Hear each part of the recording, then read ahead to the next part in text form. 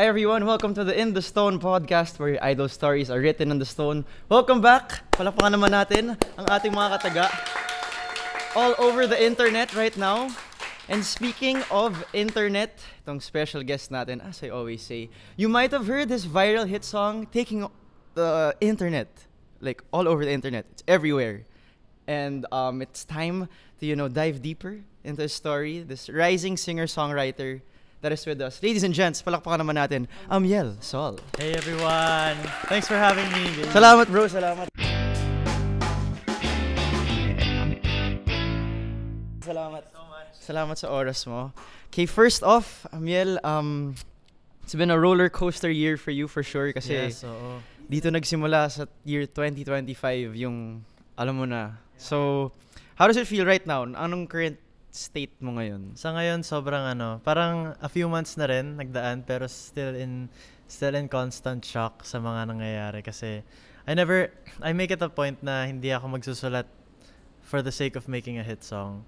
Kasi, well, first of all, never ko naman siya nagawa before. So, ngayon, everything is very, new to me. Pero at the same time, sobrang saya kasi I think this is what I've been working for, di ba, for the past years. So, sobrang saya lang sa feeling talaga.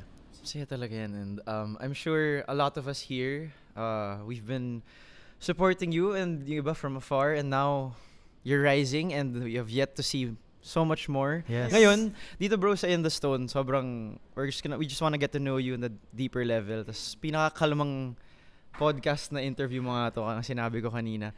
So, doon tayo sa simula muna. Meron ka bang province? Saan ka lumaki? Well, dito lang din ako lumaki sa Metro Manila area. Pero pinanganak ako sa sa ibang bansa, sa Indonesia. Kasi dati OFW yung parents ko. And then ayun, eventually bumalik kami dito. And dito na rin ako lumaki, dito lang within the area lang. Indonesia. So may Indonesian ba ikaw na? Wala. Ano lang talaga, yung parang way nila doon for citizenship is dapat if Indonesian parents mo, sa pagkakaalam ko, doon ka may Indonesian. So kapag ka Filipino ka talaga. So Yes. walang parang US na pag pinanganak ka doon, citizen ka na doon, ganun. Wala naman ganun. Saan ka nag-aral? Nung high school sa ako, Makati Science High School. Makati Science. Pero saan ka umuwi? Sa ako Cainta, Rizal, pero siya very very border na ng Marikina. So Okay. almost halos NCR na rin siya. Hindi naman bahain. Bahain, bro. Oo. As in, merong mga ilang times na rin na umulan na malakas tas pumapasok talaga sa bahay namin. Oh. Ano yung worst thing na nangyari sa'yo? I mean, talaga yung Ondoy, 2008 or 2009. Talaga siya, pinasok yung mga kotse namin. So, lahat ng kotse namin sira. And then, pinasok yung bahay namin, nasira yung mga electrical stuff. How old were you then? Mga 10 years old. Ayun. Tapos, was that tough? Oo, I mean, it was kasi tough for everyone. una, yung hindi pa kami old enough nung kapatid ko to help with lifting up stuff. Yeah. Diba? Ang hirap pa magbuhat ng mga, bubuhatin mo yung ref, ganyan, aakyat mo sa second floor. So, nung time na yun, yung parents ko lang talaga yung parang pinaka nagla-labor nung mga trying times na yun. Pero, ayun. Challenge yung time na yun. Pero challenge. hanggang ngayon, doon ka pa rin umuwi. Oo. Yes, and kapag gumabaha na sa amin, marami na kaming nagbubuhat. Kaya nyo na. Ilang kayong siblings na mention na may kapatid Dalawa ka? lang kami and twins kami. Twins? Yeah, oo. Okay. So, ikaw mas matanda? Fraternal? Fraternal kami, pero younger ako ng 2 minutes. 2 minutes? Yeah, Okay, oo. so kuya mo siya.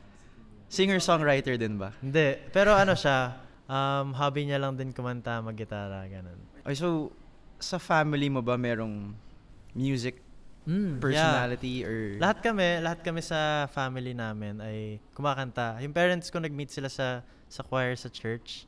So, yun, parang lang, 'di ba? Doon sila nag-meet through music, ganun. Through music talaga. So, tapos kami naman ng kapatid ko, nagigitara, kumakanta. Pero ako talaga yung parang nag-try na mag-pursue na gawing career talaga to. So, when you were growing up, meron ka ng guitar at a young age? Yeah, or... oo. Natuto ako mag-gitara nung ako 8 years old. And then parang ano lang, YouTube, ganyan. Tas konting lessons here and there. Pero nung high school, kasi 'di ba pag high school, pag break time, jamming kayo. Yun doon talaga ako nahasa. And then yung mga Battle of the Bands nung high school, sumasali kami ng mga friends ko. Pero eventually, nung nag-college na kami lahat, iba-iba kami nung napasukang college ng mga kabanda ko. Pero ako, gusto ko pa rin siyang ituloy. So, tumutugtog ako mag-isa sa mga open mic, sa mga food park. Yung mga magsusulat ka ng request sa tissue, may nakaipit na 50. So, bibigay mong ganyan. So, doon talaga ako na hasa na to sing in public, ganyan. 8 years old ka pa lang, inaabutan ka ng 50 parang. Hindi. So, okay, wait. Himayin natin yan kasi ang dami nangyari sa'yo, Battle of the Bands, high school. Tapos, gusto ko muna mag-start sa when you were growing up. Siguro natural lang sa'yo na nagustuhan mo yung music. Pero may mga iba ka bang hobbies growing up? Kasi, yung iba naman kasi di naman kaagad alam na nila yung gusto nila at a young age. Ako, nung bata ako, mas gusto ko maglaro ng basketball talaga. As in, yung mga pangarap mo nung bata ka na gusto ko mag-PBA, mga ganyan. Yan yung pangarap ko dati. Diba? Kaso wala. Hindi pinalad. Pero okay lang. So, nag-varsity ka ba? Varsity. Yung mga varsity lang na lang. Paliga-liga lang. Anong position mo? Ako point guard ako. Yun. Kasi late yung growth spurt ko nitong parang pa third year high school na ako nung medyo tumangkad ako. So, nung talagang point guard ako. Growing up, tapos sa family mo may sports person ba? Yung kapatid ko, basketball din. Pero siya ang nagtuloy ng sports as a career. Siya ngayon? Fitness trainer siya. Oh, wow. So, personal coach, ganyan. Yun That's naman nice. yung pinursu niya. Tapos nag-UP din ba siya? Siya? UST na sports science. Oh, wow. Okay, nice. Solid. Okay. Tapos ikaw nag-UP kasi syempre na-research na kita. But before we get there, high school came, nagigitara ka na, elementary. May mga kinakantahan ka na ba nun? Wala pa. Wala pa. Sa jamming lang. Jamming pa lang. May nasulat ka ba prior to high school or sa high school ka nag-start na? Kailan ka Actually, nag-start? nagsulat ako ng mga kanta, college na ako. College na. Nung pa-pandemic, dun pa lang ako nag-start talaga magsulat. Pandemic. Okay. So, when high school came, paano ka nakabuo ng Battle of the Bands or band in general? Well, parang nung first year kami, hindi pa kami sumasali sa mga ganun. Pero nanood kami nung Battle of the Bands ng mga friends ko. Grabe, ang saya nito. Parang buo nga tayo, trip lang. Tapos, ayun, bumuo kami. And then may mga years na nanalo kami, may mga years din na hindi. Pero sobrang saya lang to participate sa ganun kasi doon lang kami nakakatugtog as a band. And then, masaya lang yung mga practice, yung magsa-stay late kayo. Pero paano yun? So, ikaw yung guitarist and singer also? Hindi. Actually, nung high school, hindi ako yung singer namin sa band. Ilan kayo? Gitarista talaga ako. Parang mga 6, gano'n. 6. Dalawa So, yung singer namin. 2 singers? So, guitar, 2 singers, tapos bass, and then keyboard, and then drummer. Ayun. Okay, kompleto. So, lahat kayo magkakabatch? Lahat kami magkakabatch. Okay. Paano nabuo yun? Ano yung story nun? Parang lang, yayaan lang talaga. Wala pa. Parang wala pa, no? Wala pang GC. Mga 2013. Ay, parang lang, bagong feature siya sa Facebook. Yeah. Okay, so paano siya nabuo na, I'm sure lahat kayo passionate sa music. Did you join like a club first? Wala. Parang, syempre nung high school meron yan, mga jingle making, mga ganun. Okay. So doon parang nakikita na namin sino-sino yung mga friends namin na musically inclined. Tapos ayaan lang. Meron mga, ayoko, di ako G. Pero meron ding mga G. So yun yung mga G. Yan, nagbuo na kami sa batch namin. No? Pero covers yung ginawa. Yeah, puro covers lang talaga kami nun. Nanalo ba kayo nun? Oo. Parang sumali kami, 5 years kami sumali. Nanalo kami mga 3 times o 4 times, parang ganun. Wow, 4-peat kayo. Oo. Or dapat ganun. lang. Amyel Sol to eh. Amyel Sol. Ako lang to. Dapat naman. Okay, so 4-peat kayo. Your whole high school life. Did you think of ever pursuing music as a career? High school pa lang? parang nung high school, hindi ko talaga siya iniisip na ipupursue ko. Kasi at that time, iniisip ko talaga, gusto kong mag-UAAP, gusto kong mag-basketball. So naglalaro ka pa noon? Oo, Varsity ka pa noon? Oo, nung high school, varsity, ganyan. Pero, parang trip ko lang ding tumugtog talaga. Hindi ko siya iniisip na, ito yung magiging career ko talaga. Pero, good, siya, parang, pwede ko siyang i-pursue, pero hindi yun yung parang main priority ko na gusto ko talagang i-pursue, ganun. Sino yung, balik lang ako dun sa nagbabanda ka at the time. I'm sure meron kayong artists na linulook up to. Sino yung, at the time, idol mo? Nung high school kami, more on medyo rock yung namin. So, yun yung sound nyo, rock kayo? Sa amin, all-time low. Tapos, si Itchy Worms.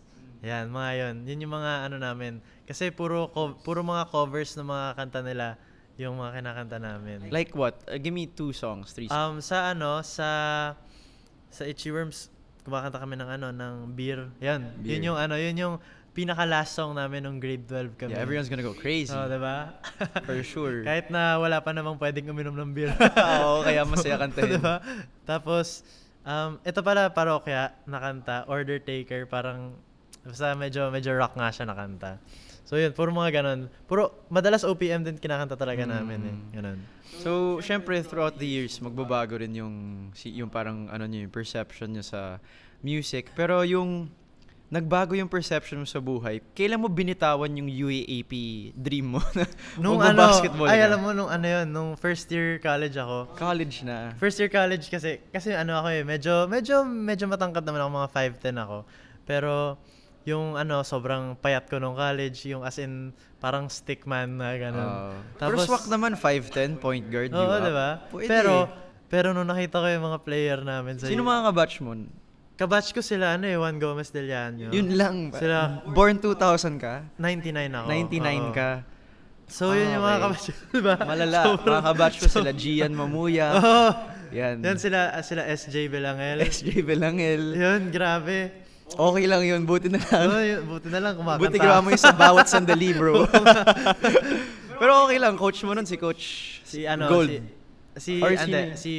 Alam ko nung time na yun si Bo Perasol pa. Si Coach Bo pa, yeah. Okay, UAP season 80. Mga 81, 82. Mga gano'n. Wow, ganda na story. So parang medyo nangangarap lang mag-try. Hindi ko na rin experience mag-try out kasi parang nung kalagitnaan nung second year, doon nagtatry na ako mag-gym, palaki ng konti, ganyan. Biglang nag-pandemic. Wala, di ko na na-try talaga mag-try out. So, pero medyo blessing in disguise na rin yun, yung dumating yung ganong time. Kasi doon nagkaroon talaga ako ng oras para aralin kung paano magsulat, mag-produce, mag-release ng songs on my own. Kasi at that time, I really wanted to try. Try ko lang, diba? Kasi wala namang mawawala since pandemic naman and wala akong ginagawa sa bahay. Cancel din yung school. So, nung time na yun, nag-aral lang talaga ako kung paano mag-release ng kanta kasi naisip ko, kundi pa ngayon, kailan pa ba, no? That was 2020. 2020. Pumasok ka ng UP ka nag-college. Yeah, UPD. Yeah, Diliman. Nag-college ako 2018. 18 ka pumasok. Yeah. Okay, so anong major mo? Alam ko parang malayo BS Mathematics. Math, diba? Bakit math? Paano nangyari yun? Kasi sa amin sa pag-science high school, medyo expected sa'yo na STEM, science, technology, engineering. So naabutan ka ng strands. Oo. Kami yung first batch ng K-12. Nice. Ako yung last batch. Nang hindi K-12. So yung mga millennials dyan, mga boomers. Yun yung same pa kami ng education. Ikaw, nag-STEM ka? Oo, nag-STEM ako. Mga ganun. Okay. It's a different story. So science major ka. Kaya ka nag-BS math. Yeah. And kasi yung mga gusto kong i-pursue, like yung music, yung basketball, ganyan, hindi, parang for me, kaya ko siyang i-pursue nang hindi siya tinatake up as a course. Parang kasing yung gusto ko, yung music scene, ganyan, hindi naman talaga siya, parang alam mo yun, required na i-take up siya as a course. So, sa entertainment industry naman natin, most of the products ng music sumikat, hindi naman music majors. Pero syempre, very magandang edge talaga siya. For sure. Kapag ka nag-take up ka ng ganun. And sa UP kasi, I think, ang music na meron is classical music, which is hindi ko naman siya ipapursue at sa ganong angle sa music, ganon. So high school, nahirapan ka ba hanapin kung anong school or course yung pupuntahan mo? Oo, kasi wala talaga akong passion towards STEM. Studying? No, studying in general. Kasi yung mga gusto kong i-pursue sa creative, sa sports, ganyan siya. Which is, sa ibang parang ibang aspeto ng buhay talaga siya, diba? And sa mga ganong entertainment, parang hindi criteria talaga ang 4-year degree, ganyan. Though, syempre maganda siyang edge. Ako kasi ang naging thinking ko bago ako pumasok ng college is something that na pwede kong maging fallback kapag hindi nag-workout yung mga passions ko sa music and sports, ganyan. So, at that time, hindi ko naman din nagustuhan mag-engineering kasi una may boards pa yon. So, gagraduate na nga lang ako, mag-aaral pa ako. So, the next best thing for me was math kasi very malawak talaga yung pwede kong pasukan, like data analytics, ganyan, and research, and kahit sa education din mismo, pwede rin ako magturo, ganun. So, before mo naisip na i-pursue yung music, ano yung path na gusto mo sanang i-take? Yung time na nag-aaral ka? Ayun, nung time na nag-aaral ako, parang ang nakikita ko talaga sa akin yung data analytics. In kasi, business. Oo, mga ganun.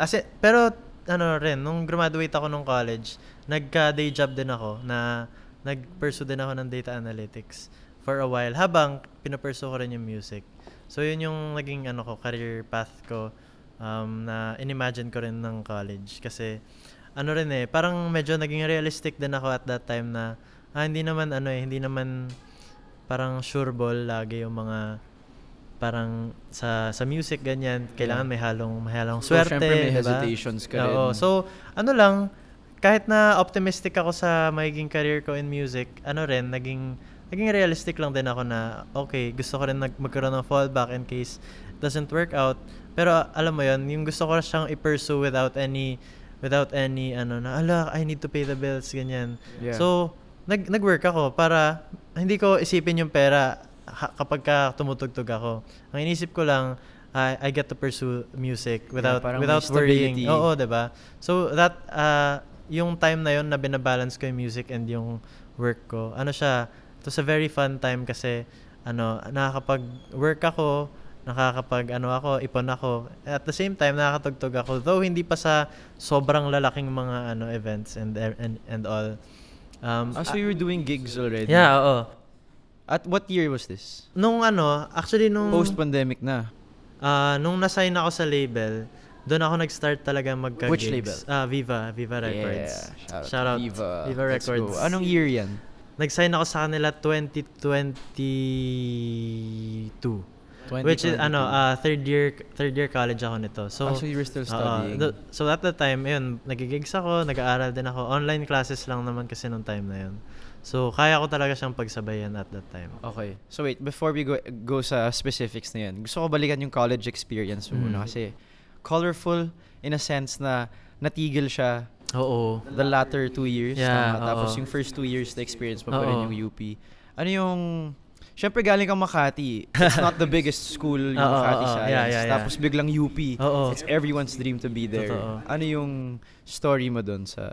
Ako kasi, isa pa pala nung namimili ako ng course nung college, nung time na yun, mas gusto ko yung school kaysa sa course. So, di ba may mga tao na, hindi, basta itong course na to, kahit saan ako mapunta, basta ito yung course na gusto ko.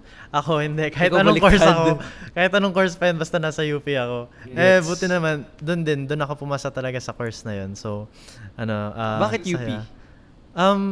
Wala, parang gusto ko talaga, parang dream talaga siya naming friend group namin. Kasi,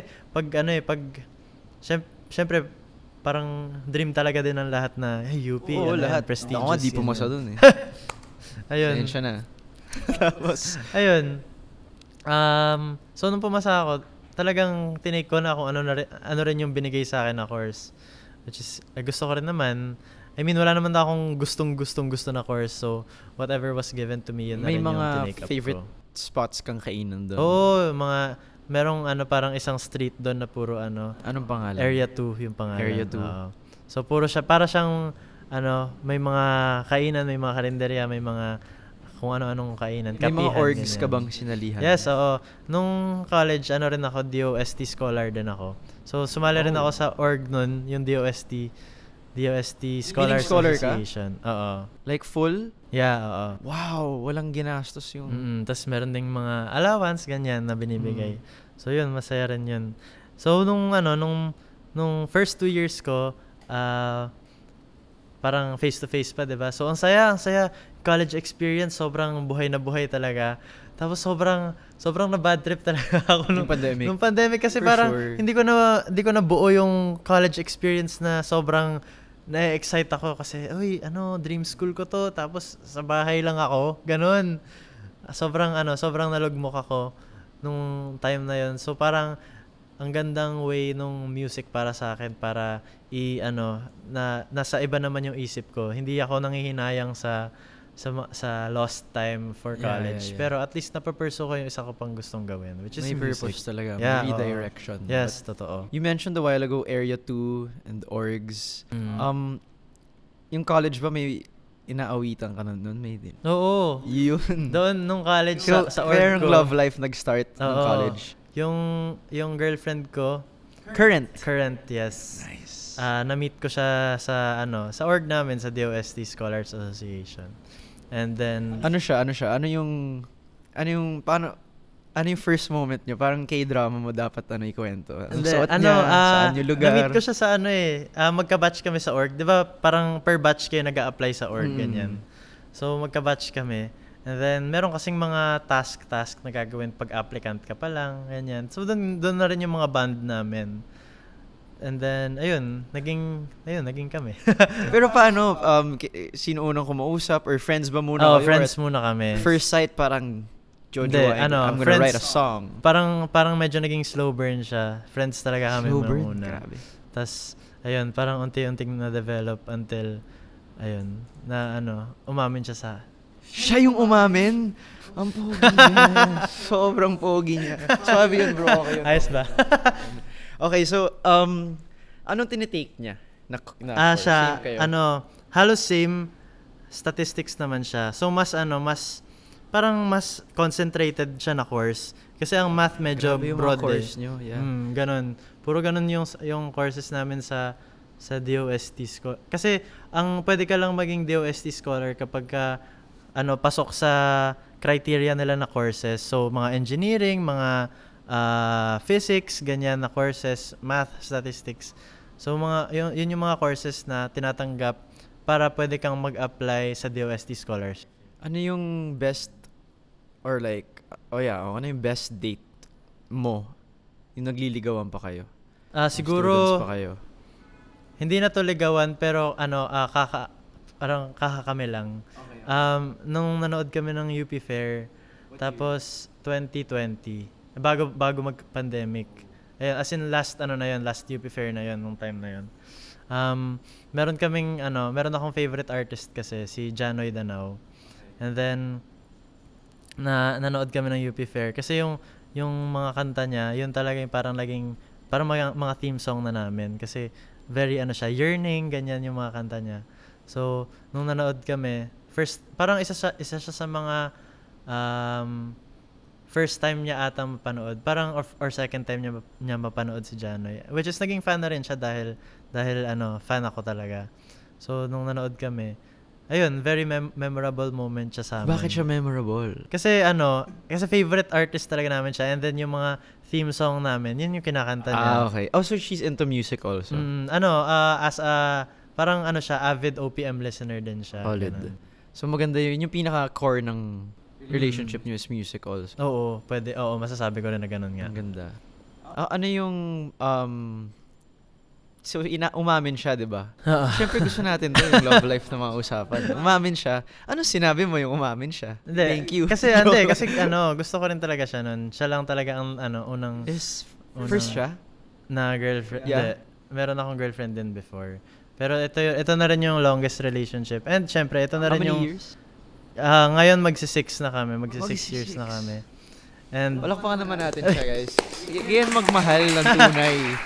6 na taon. And syempre, And counting. gusto ko rin, ito na rin yung parang last na relationship. Diba? Yung hanggang huli na. May mga umiiyak ka sa gilid dito.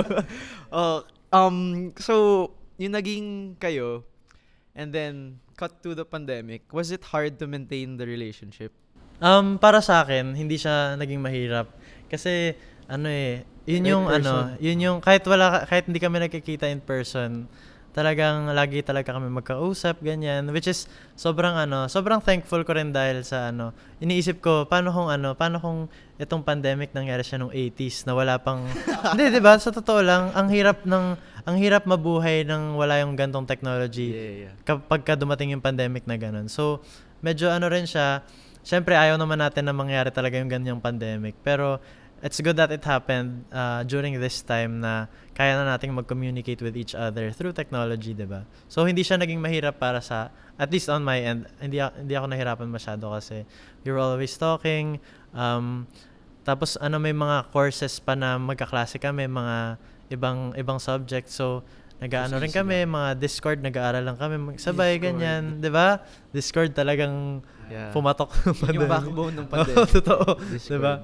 So yun, okay siya sa akin. And eventually naman, after a few months nung pandemic, nung pwede nang lumabas unti-unti, talagang pupuntahan ko siya, ganyan. Pupunta rin siya sa amin minsan.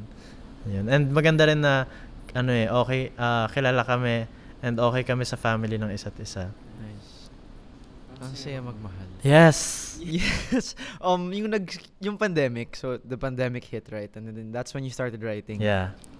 When you wrote songs, would you write love songs? What would you mostly write about yung pandemic? Mostly talaga love songs talaga. Tapos tungkol sa kanya. Syempre, oo. Syempre tungkol sa Lahat kanya. ng love song ko ay tungkol sa kanya. I love it. Okay, so you would also let her hear it first. Oo, siya talaga yung siya ang una laging nakakarinig. And siya yung syempre lagi niya sasabihin maganda, diba? Pero, ayun. Syempre tungkol sa kanya. And, ayun.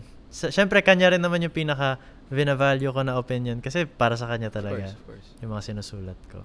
Ano yung mga opinions niya kasi or sabihin lang niya all the time na maganda siya. Ano yung mga opinions niya? Ang lagi niyang sinasabi kapag kami nagugustuhan siyang line. Ay, ang ganda ng line na to. Tapos, madalas, halimbawa, meron na ba yun? Example na lang siya. May isang line na nasa verse dapat, pero ang gandang-ganda siya. Nilalagay ko na lang sa chorus, ganun. So, laking tulong din talaga niya. Kasi yun nga, di ba, nabanggit ko rin, talagang OPM listener din siya. Though hindi siya kumakanta, marami rin siyang napapakinggan na ibang mga songs. So, talaga, very, very valued ang kanyang opinion kapag nagsusulat ako ng kanta. So, what was the first song that you recall that you wrote? Yung pinakauna kong na-release na kanta, siya, parang 2 weeks into the pandemic lang may na-release agad ako. Kasi bago talaga yung lockdown na bawal lumabas, buti nakapunta pa ako sa music store at nakabili ako ng mic. As in, mic mo? Parang, siya USB na condenser. Yung hindi need ng interface. Okay. Ganun, yung diretso lang talaga. Oo. Which is, kasi, wala pa naman talaga akong alam nun. So, okay din siya na hindi kailangan ng interface or ng any added na expense. So, yun. Nag-record lang ako, bumili ako. As ang title ng kanta, You Make It Right. And puro lang siya, puro siya mga cheesy line na alam mong medyo, halatang unang kanta lang nito. Okay. Yung ganun. Pero, very, very proud din ako sa kanta na yun kasi yun yung nag-spark sa akin ng fire, yeah. Sobrang saya pala nito gawin. Kahit na at that time, wala masyadong nakikinig. Mga friends ko lang talaga halos nakikinig sa akin. Pero ang saya lang na nagsusulat ako ng kanta, nagre-release. Tapos, nung time din na yun, may mga online gigs ang tinatawag. Mga sa Online Zoom. gigs. So, madalas mga org events yun or mga fundraiser. Ganyan. For This is in UP. Oo, or sa even UP. other schools. Kahit sa ibang schools na invite na rin ako kasi parang word of mouth lang na ganyan, kumakanta-kanta ako kahit sa bedroom lang. And then, ayun, yun yung parang nagtaguyod sa akin sa pandemic, yung mga online gigs talaga. So that's when it all started, yung online gigs mo. But since, sige, doon tayo sa medyo technicalities of your making music. Kasi para sa mga music, talaga dyan, people who idolize you, So you bought your first mic. Tapos anong gamit mo para i-connect? Naka-laptop ka? Ano lang ako, laptop lang ako. GarageBand? GarageBand. Oo, yun GarageBand? talaga. Oo. Wow. Yun talaga yung gamit ko. Tapos yung pinakauna kong nirelease na kanta, wala pa akong MIDI keyboard nun. So, meron, mano talaga. So, yung time na yun, mostly kasi, yung mga una kong kanta, talaga acoustic lang. Kasi yun lang yung kaya ng nung knowledge ko about production. Hindi ko pa alam yung mga MIDI na yan, mga software instruments. How did you start learning it? YouTube or someone? Talaga, YouTube talaga. Tapos, mga friends ko rin na mas may experience na sa mga audio workstation, ganyan. So it's really important who you surround yourself with. Oo, sobra. Oo, totoo yan. Sino yung mga meron ka bang naging mentor per se sa iyong journey? Or mostly talagang ikaw, tas friends mo Parang lang? mostly ako talaga. Hindi siya mentor masyado, pero someone I really look up to. Nung time na yun, hindi pa kami magkakilala talaga. Pero Okay. yun na nabanggit ko si Sir Janoy, siya talaga yung nila-look up to ko, and yung kung paano siya magsulat ng kanta, medyo minold ko rin yung kung paano ako magsulat kung sa ganon na very deep love, very yearning, very ganon. Ayun. Tapos isa ko pang favorite na artist na gusto ko rin kung paano siya magsulat is si Bruno Major. Bruno Major. Did you watch his concert? Oo, last year. When? I watched it twice. Ako rin. You watched both? Last year, tsaka yung 2 years ago. NFT? Sa NFT, yeah. Oo, sa NFT solid. ta sa PICC. Oo. Baka pala, nagkasalubong tayo. Anong favorite songs mo ni Bruno Major? Ako, Home. Uy, okay. As in, meron, ito, nakatattoo ako dito nung symbol. Kasi, yung album niya na A Song for Every Moon, Kasi may yung pandemic symbol. din siya sumikat. Oo. Nice. Tapos Maganda. kapag may mga gigs ako na acoustic, tinutugtog ko lagi yung Nothing. Yan. Bagay-bagay. Bagay. Baritone pa si Mr. Bruno Major. Diba? Favorite song ko, Regent Spark. Ay, yung Not ganda that nun. anyone's asking, but Love that song. favorite ko yun. Sa second album niya yun, diba? yung To Let a Good Thing Die. To Let a Good Thing Die. Love Okay. it. So, idol mo rin siya. Oo, sobra. Bro, grabe yung improvement niya, no? Yung first Oo. performance niya sa Oo, NFT oo. to PICC. Yeah. Grabe rin yung growth niya.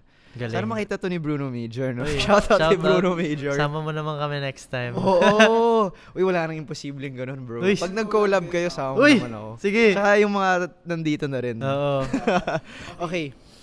Shucks, idol ko talaga si Bruno Major. Okay, so yung pandemic, tapos nagsusulat ka na,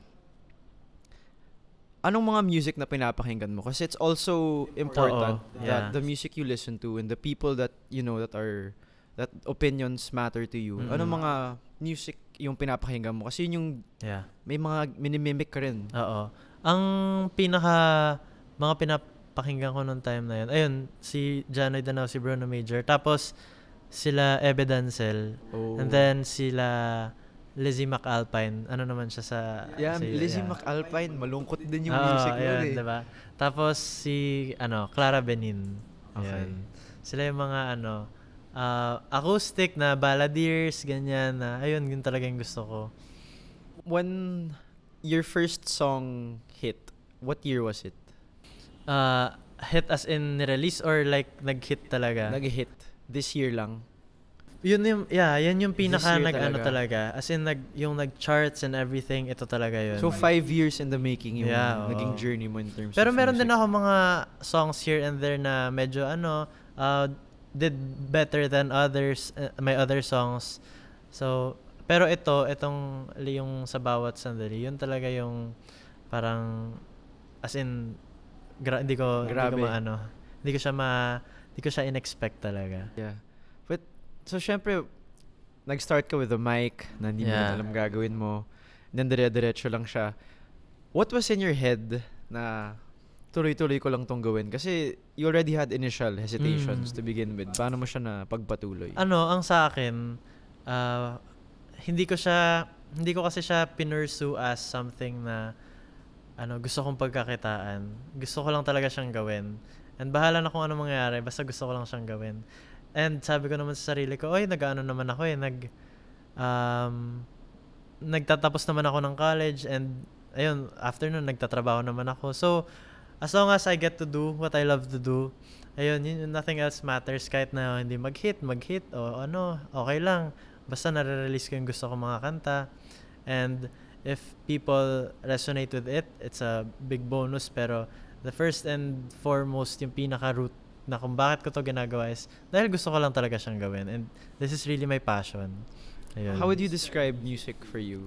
Ano talaga, passion ko talaga siya. It's something that I live for. Ayun.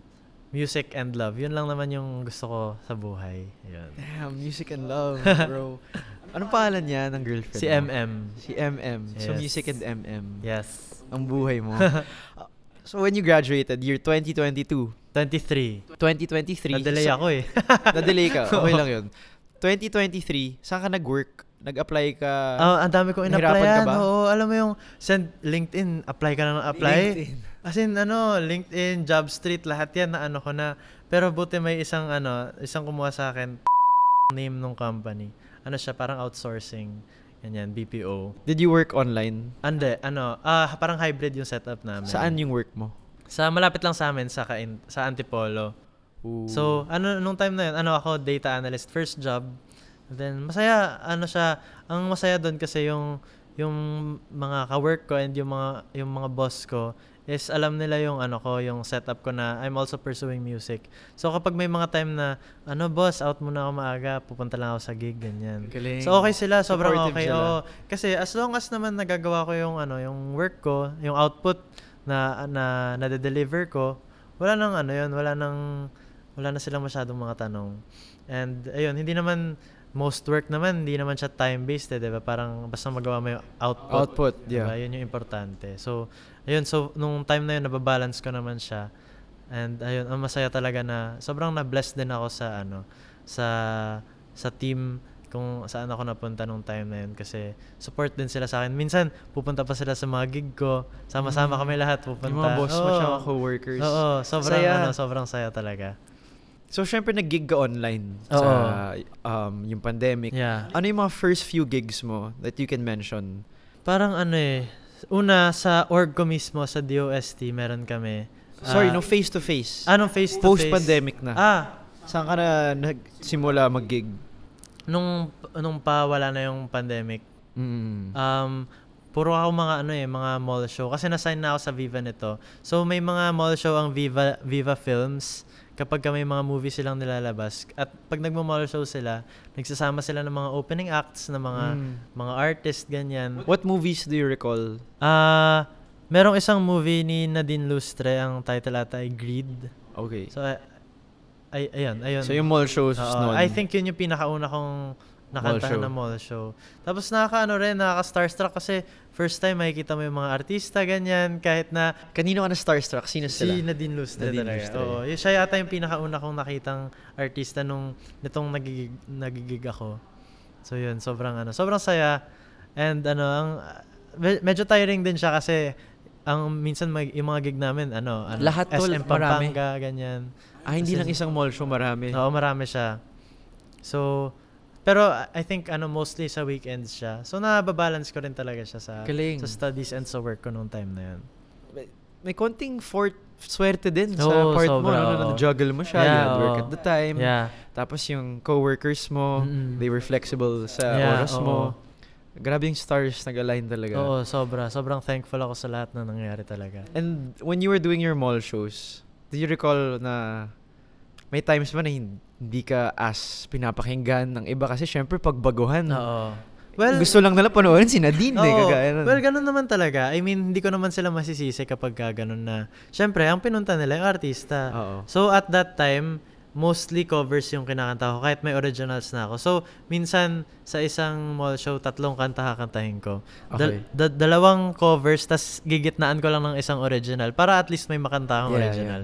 Pero, mostly sa cover sila sasabay kasi yun yung familiar sa kanila, which is okay lang, gano'n naman talaga, 'di ba? I mean, tatrabahuin mo lang talaga na to just push your original songs out there however you can, kahit na paisa-isa lang yan. Tapos never kang disheartened. Yeah, hindi down talaga. no? Ano lang, enjoy lang talaga ako sa ginagawa ko. Galing. Sobrang, kahit na wala masyadong nakikinig. Pero meron kasing mga, makakita ka lang ng isang nanonood, nagbe-video sa'yo. Yun, sobrang ano na yun, di ba? May madagdag lang na kahit isa sa listeners mo sa hundreds of people na nag-aabang sa artista na yun. Pero at least may isang, ano ba, makikinig talaga sa'yo after. May mag-message pa, ay, na-discover po kita kanina sa mall show and pinapakinggan ko na po yung songs nyo. Isa lang mag-ganon, sobrang made na yung day ko talaga. So, sobrang thankful ako sa mga ganong opportunity. Kasi yun yung, kahit nasabihin mong wala masyadong nakikinig sa'yo sa mga ganon. Yun talaga yung, just pushing yourself to be out there, to be seen. Just showing up. Yun it makes a difference kapag ka nag-compound na yung mga ganong ganap mo eh. If you have, like, certain advice or pieces of advice sa mga gusto mag-pursue ng music, kagaya ng meron kang passion and perseverance, ano yung pwede mong sabihin sa kanila? Dalawa lang yan eh. Be consistent and show up. Yun talaga eh. Kung nasa iyo na yung passion and yung art, everything else will follow eh. Yung ganda ng kanta mo, nakadepende na yan sa'yo eh. Pero the things that you really can control, yung being consistent and showing up, yun talaga yung, for me, that's really what matters. Kasi sa industry natin na to na entertainment, it's important to be seen. And you can only be seen if you show up, if you be consistent. Ayun.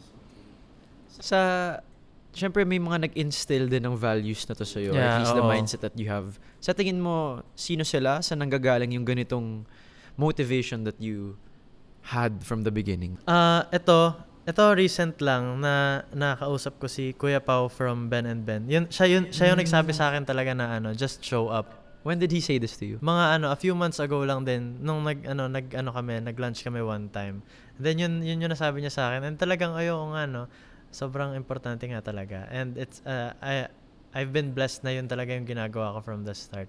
And isa pa si Bruno Major kasi meron siyang fina-follow ko rin siya sa Twitter. Okay. And then meron siyang nung nirelease niya yung album na To Let a Good Thing Die. Parang sabi niya you have to define success. Sabi niya pala ganito. I define success as having created something that I really love, and everything else is just a bonus. May isang mang makinig, 1,000,000 yung makinig, lahat yun bonus. Kasi in my eyes, the song is already successful the moment that I finished the song. So yun, di ba? Parang ang ganda lang pakinggan na oo nga, dahil na-pursue mo yung passion mo, yun na yung success para sa'yo. Pero at the same time, I recognize that medyo, it's a privilege thing to say na yun lang yung definition mo ng success. Kasi, syempre, kailangan mong mabuhay, kailangan mong kumita, and everything else. Pero yung, siguro ang point niya doon is the fulfillment. Hindi mo siya makukuha kasi sa external validation na lagi mo ka naghahanap ng numbers. Ang hirap nung lagi ka naghahabol ng numbers eh. Pero kung sa sarili mo ay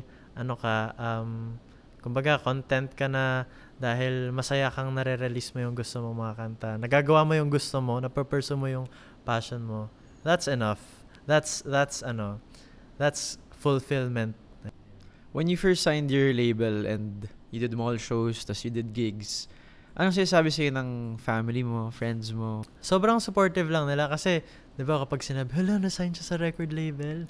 Ayan, sobrang excited sila para sa akin. Chill lang talaga sila. Support lang talaga. Sobrang support lang sila. Ang sabi lang naman ng parents ko is tapusin ko lang yung pag-aaral ko. And then, ako na bahala kung gusto mo mag-work, gusto mong i-pursue yan full-time. Pero for me, gusto ko kasing kumita muna ng pera steadily. Which is, kapag ka medyo starting out na artist ka, wala pa masyado yung pera. Pumapasok. Which is, totoo lang, di ba? And, hindi yun, wala yun sa akin. Okay lang sa akin kahit na hindi ako masyadong kumikita sa music, ganyan. Kasi meron akong work. And, yun yung parang, kaya ako naging sobrang, go lang tayo ng go, gig tayo ng gig, ganyan. Until now? Or ngayon, full-time na ako sa music. When did you stop? Lang actually, 2 months ago lang ako. 2 months ago ka lang tumigil magtrabaho? So, doon sa same work mo? Sa Yeah, oo. Kainta? Yes. So, nung nirelease ko yung Sa Bawat Sandali, hindi ko naman na-expect na it would be what it is today. Yeah. So nung time na yun, nag-work pa ako nun. And up until na nung nag-chart na yung song and dumadami na yung gigs ko, doon na ako parang nararamdaman ko na ito na yung break na hinahanap ko. In terms of traditional success, ganyan. So, i-rest ko na lang muna. So, try ko to full time. Kasi, honestly, pwede naman akong bumalik sa work anytime. Kapag, so, for boss example, I mean, pwede akong mag-job hunt lang ulit. Diba? Right. Pero itong opportunity na to, hindi ko alam kung mauulit pa. So, I have to do it now. And kasi baka i-regret ko kapag hindi ko tinake yung risk ngayon. Baka sabihin ko, sana pala, tinake ko yung risk. Ang hirap kasi, medyo nahihirapan na ako nung mga bandang dumadami na yung gigs ko. And nauubos na yung mga leave ko. Okay, naubos na yung mga sick leave mo, no? So, hindi na talaga kaya. So, paano nag-resign? Nag-resign ako. Sinabi ko lang talaga boss, sa boss ko. sumisikat na ako eh. Hindi, sinabi ko lang na ita-take ko na, ipupursue ko na siya full time. Kasi alam naman ng boss, actually sabi niya, nung nag-resign ako, sabi niya, medyo in-expect na niya. Kasi nakikita rin naman niya, mutuals kami ganyan sa social media and all. So, nakikita rin niya na yung success na naaabot din nung kanta. So, supportive siya sa akin. Wala siyang kahit magstay ka na lang, ganyan, wala. Kasi gusto niya rin na ma-pursue ko yung gusto kong i-pursue. Yan. Grabe rin yung hindi ko ma-explain how harmonious lahat yung nangyari. Kasi everyone's supporting you. You were able to finish school and you started writing when it was the pandemic. Parang kumbaga na-surround ako sa tamang mga tao talaga. Yeah. You really are who you surround yourself with. Sobrang important nun. And ngayon in terms of direction eto na, since all in ka na dito sa music. Yeah. And ito na yung critical naman kasi it's always hard to sundan yung next hit na. Ano naman yung pressures na meron sa iyo or challenges? Sa totoo lang, meron talaga siyang pressure, I mean, kapag may certain ka nang naabot, meron talaga siyang pressure. But I really make it a point na to be ganun pa rin dapat. I make songs because this is what I really want to do.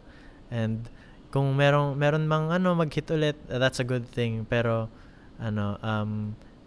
gusto ko talaga i-maintain ko lang yung pagiging rooted ko sa kung bakit ako nagsimula. Kasi kapag nag-rely ako sa external validation, never ako mafulfill. So, talagang kung ano yung gusto kong ginagawa, gusto ko lang mas maging consistent. Ngayong full-time na ako. Kasi honestly nung working ako, yun yung isa sa mga struggles ko, yung pagsulat ng kanta. Kasi kapag wala ako sa work, nagigig ako and vice versa. So wala akong time to write songs. Pero ngayon na naka-focus na ako sa music, I get to dedicate time talaga para magsulat, which is sobrang na-enjoy ko ngayon. Mas marami na ako nasusulat ng mga kanta and feeling ko mas mapapadalas na rin yung pag-release ko ng songs, which is something that I look forward to. And I'm sure yung mga listeners ko nila-look forward din yun. Sobra naming nila-look forward to yun. Now, in terms of sa music mo, meron ka na bang naiisip na may plans ka na ba so far for what's new for you? Well, ako, kaka-release ko lang din ng song na bago. And then, gusto ko rin sana this year, kung kaya ko, magre-release din ako ng EP or mini album, ganyan. And meron din ako sa June, magkakaroon ako ng first ever concert with my friends, sila Rob Daniel, si Earl Agustin, and GAT, the P-pop group. Sobrang excited ako doon kasi first time naming magkaka-concert. Kaming lahat. I mean, first time namin sa NFT na magkaka-concert sa New Frontier. Magkakasama kayo sa NFT. May date na yan? Sa June 20, ayun. Wow. So yun, sa listeners natin. June 20 is the date. Yes. So that's you, who else? Si Rob Daniel, si Earl Agustin, tsaka GAT. Tas kayo lang talaga, Yes, just the four of you. Tapos magkaroon din kami ng mga guest artists kasi ang theme ng concert namin is Mutya OST Live, which is Mutya ng Section E. That's a series ng sa Viva 1, I think. And then yun yung magiging theme namin. So I think magkakaroon kami ng mga guest sa mga cast ng series na yun. Nabanggit mo yung Mutya ng Section E. Grabe din yung traction ng Sobra, show. oo, grabe. And they were present, yung main characters sa music video mo, correct? Oo, yes. Sino sila? Sila Ashtin Alviga Ashtin. and si Andres Mulak. Sobrang thankful talaga ako sa kanila. Anong pakiramdam nun? Yung pinagsama yung mga mundo nyo. Oh, sobrang na-starstruck ako sa kanila nung nahihiya pa akong kausapin sila nung una nung shoot, pero ayun, sobrang bait nila. They very welcoming sila and they never made me feel na ito kami, ganyan. Sobrang down to earth nila pareho. And I'm really glad na natuloy yun kasi sobrang laking tulong nila silang dalawa and yung Mutya ng Section E as a whole, as a series. Ang laking tulong nila sa pag-push out nung songs pala. Kasi 2 kanta rin yung na-feature doon eh. Ayun. So, 2 songs na yun. That was what year? This year lang ba yun? This year lang, oo. This year lang. Grabe yung taon mong to, no? Sobrang thankful talaga. So, yung sa journey mo from 2020, technically it started there, yung pandemic, to now. Pero this year lang talaga nagkaroon ng naging viral and pumatok, etc. Nagkaroon ka ba ng time na na-overwhelm ka sa success, sa glory na dumating, sa grasya? Oo. Well, hindi naman overwhelmed as in hindi ko kinakaya. Pero parang sobrang wow, grabe, thank you Lord. As in, kapag parang kung iisipin ko talaga, siguro iisipin ng mga tao na wow, biglang ganun. Pero 'di ba nga, I started a long time ago, half a decade na rin. So ngayon na nandito na siya, parang sobrang thankful lang talaga ako. And yung iba kasi siguro kapag ka na-reach yung ganito, iisipin, I have to think about what's next. Ano yung next kong gagawin, ganyan. Pero ako gusto ko lang immerse yung sarili ko in this moment na pinaghirapan ko and yung mga taong sumusuporta sa akin, yung team ko, everyone. Sobrang gusto ko lang i-savor yung moment na I want to be present lang palagi. Be present, yeah. Because it's, man, I don't know what you're going through, but you're meant to be here and we're so excited for you, bro. And siguro dun sa mga patuloy na sumusuporta sa'yo ever since day one, even those who were there na Battle of the Bands days mo pa lang, anong sasabihin mo sa kanila? Yung mga... Ako, sobrang thankful lang ako talaga sa inyo kasi as an artist, sobrang importante ng mga taong sumusuporta sa'yo. And I really am very grateful to each and every one of you. Kahit na nandyan kayo nung simula or recently lang kayo naging supporter and listener, I'm really equally grateful sa each and every one of you. And sana sa mga future releases natin, mas mapatuloy pa natin yung spreading love and na sa mga kanta natin na I hope you really believe that love is real. It's totoo talaga yun, and it's something that we should all live for. Ang sarap magmahal, and sana nararamdaman nyo rin yun sa mga kanta natin. Sarap magmahal, love is real. Yes. Ano sabihin mo kay MM? Magja-jogging kami mamaya eh. Sa UP? Sa UP. Ang saya. See you later. See you later. Sunset pa, no? Sarap.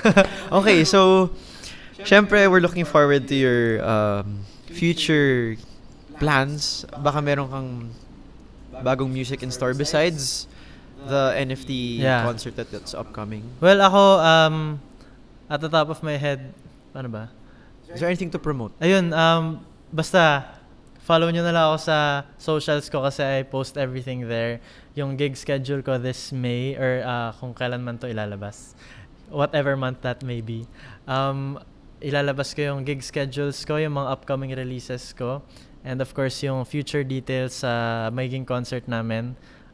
Lahat yan nasa socials ko. You can follow me on Instagram and TikTok at AmielSol2 and Facebook at AmielSolMusic.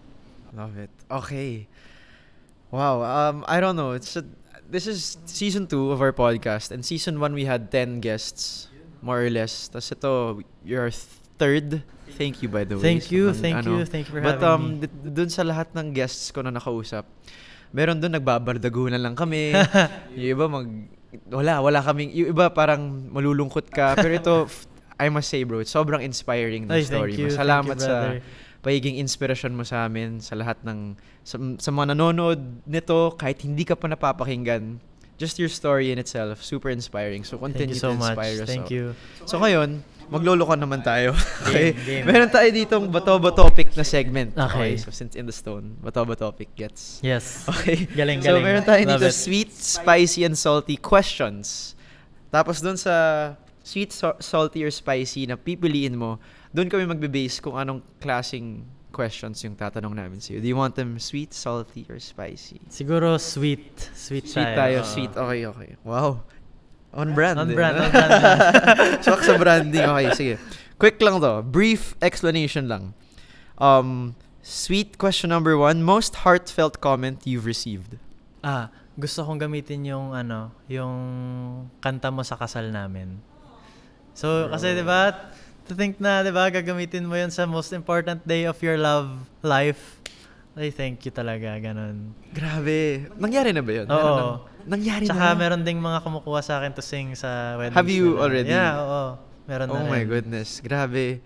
You don't inspire careers also, but love lives. Yes. You inspire love lives, bro. Damn. Okay, so sweet question number 2. On repeat na OPM song right now. Be With You by the Ridleys. Nice. Favorite song to play when driving? Teka.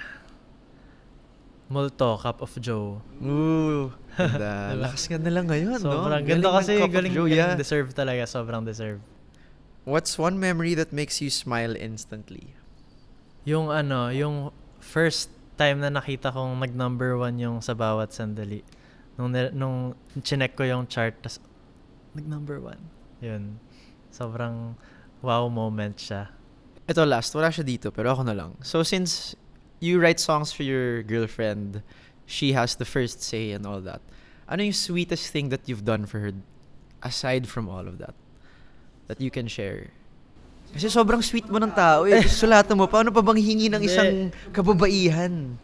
Feeling ko wala akong maisip na something really grand, something really grand, pero yung feeling ko yung pagiging ganun na sweet or thoughtful is always sa mga maliliit na bagay. So yun, feeling ko just culmination of the little things. Yung simpleng halimbawa sunduin ko siya ganyan or lilibre ko siya or lilibre niya ako ganyan. Tas lang na naalala kita dito, binili ko to para sa'yo. Yung mga ganun, Wow. small things lang. Ganun. Grabe. Gets ko na si MM eh. No? Gets na si M. For sure, yun yung mga nasa comment section ngayon. More power to you, bro, and sa love life mo most especially. But at this point, okay, ito yung favorite segment. Last na to. This is the In the Stone podcast kasi written in the stone sa Yes. Tagalog. Itaga mo sa bato. Mga kataga.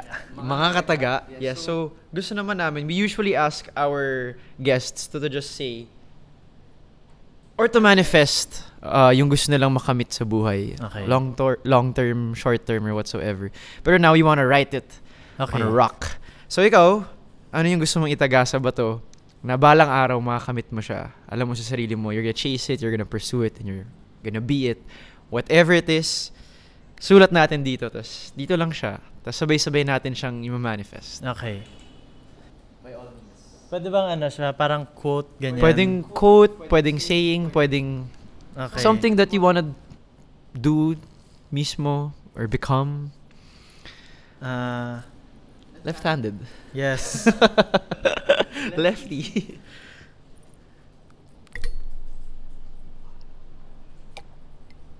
Yung first guest namin, quote. Pero may galit yung sa kanya, no? Si Christian, yung first guest.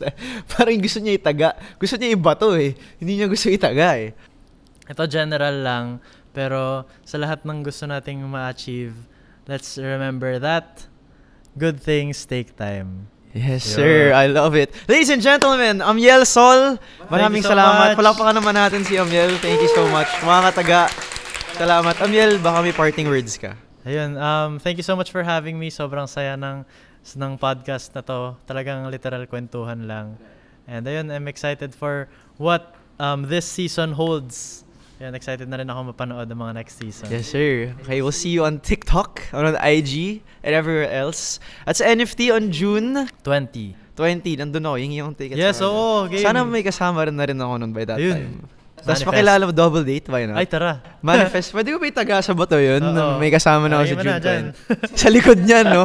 Okay, maraming salamat po once again. This is the In the Stone podcast. To everyone behind the cameras, my name is Baileys Akot. I'm Yel Sol. See you in the next episode. Bye.